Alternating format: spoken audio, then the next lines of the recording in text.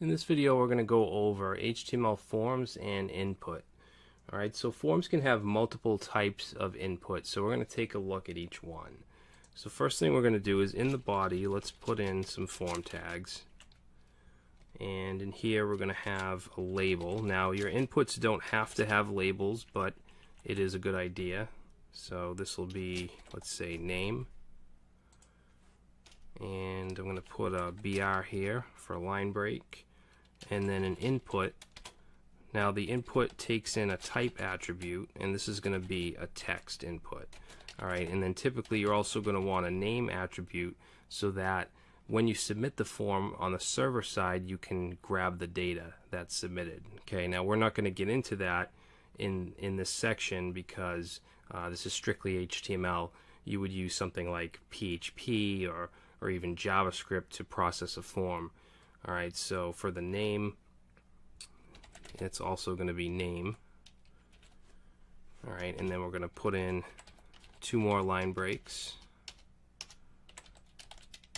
And then we'll put our next field. So we'll go ahead and copy that. Okay, next one will be email. Now with HTML5, we have an email type we can use. Change that to email. Alright, and let's put a heading up here too. Okay, so this will, we'll say registration form. Alright, so if we save that and take a look, you can see we have our text input for name, and then we have our email input, which doesn't look any different, but if you want to validate it using HTML5, you can do that. Alright, so let's go ahead and copy that. And we'll put in another field. This one will be password. And then the type, we can actually change that to password as well. And then the name. Alright, now the difference with password is that, you know, when you type in text or email, you can see what you're typing, but password, you can't. It's blocked. Okay, next field we have is a select list. So let's paste this in and let's change this to location. And I'm going to get rid of the input. And we're going to use a select tag. And we'll give that a name of location. Okay, now inside select you want to have options. And those will have a value attribute. So let's say MA for mass. And then the text we want to display is also MA.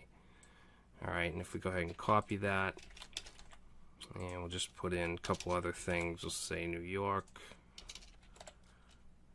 and let's do California. Okay, so if I go ahead and save that and reload, you can see we have a select with a drop down with those three locations.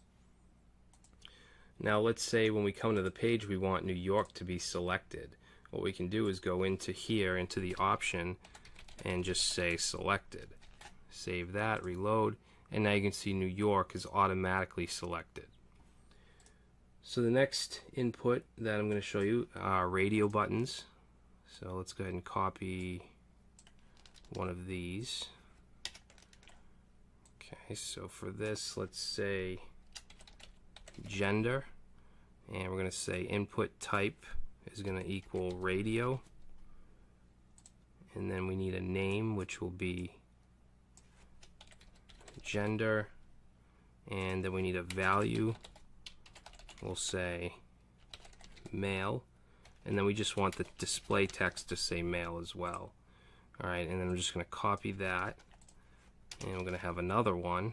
You want to have the same name. That's how these two inputs will be linked by their name. Okay, we just want to change the value to female, just like that. If we go ahead and save and reload, now we have gender, male and female, and you can see that we can't choose both at the same time. Now again, if we want one of these to be selected, let's say we want female to be selected, we can go in here and say checked.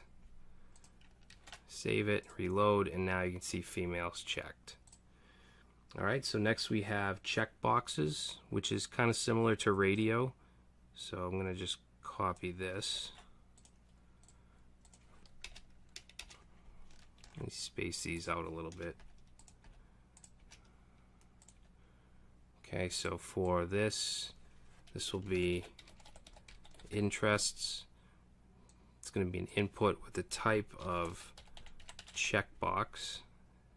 Name will be interests. And then the value, let's say movies.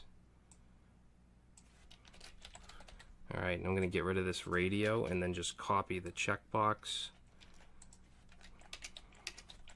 Okay, so this one here, let's change the value to music.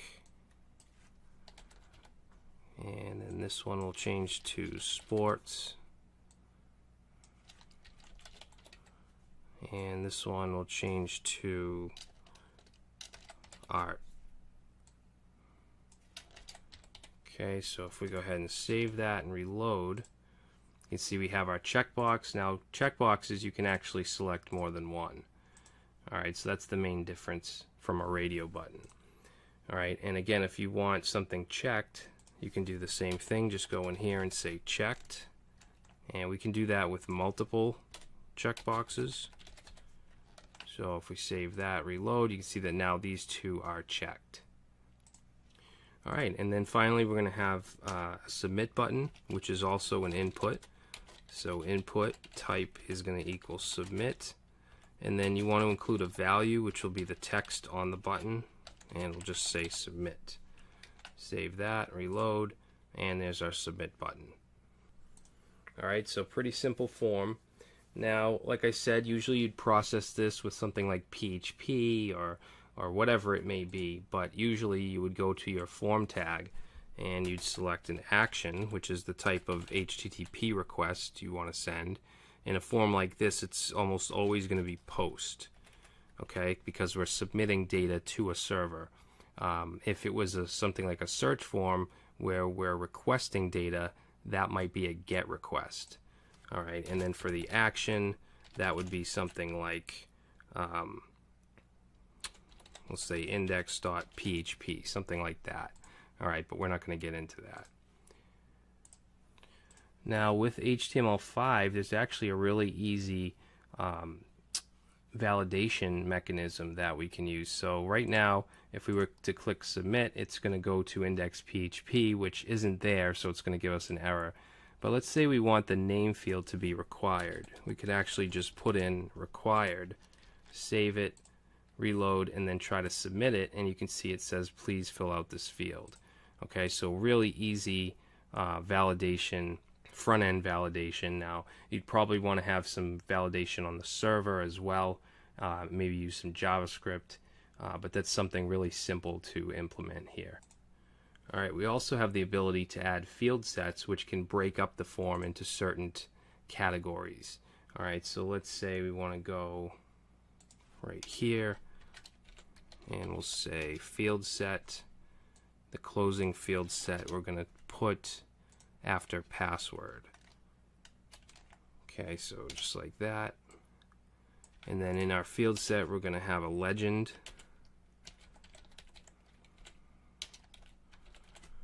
And in here, let's say account. Okay, so if I save that and reload, you can see that it's split up. It has this border around it with the legend. Alright, so we can go down here and let's put in another field set. And this will end right before the submit.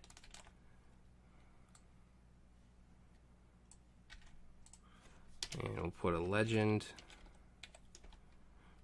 And we'll say user info. Save that, reload. Now we have this user info area. Alright, we can put a line break here. Alright, so just a way to break up your form if needed. Okay, so that's going to be it for forms and input. In the next video, we're going to take a look at some really simple CSS styling just to make things look a little better.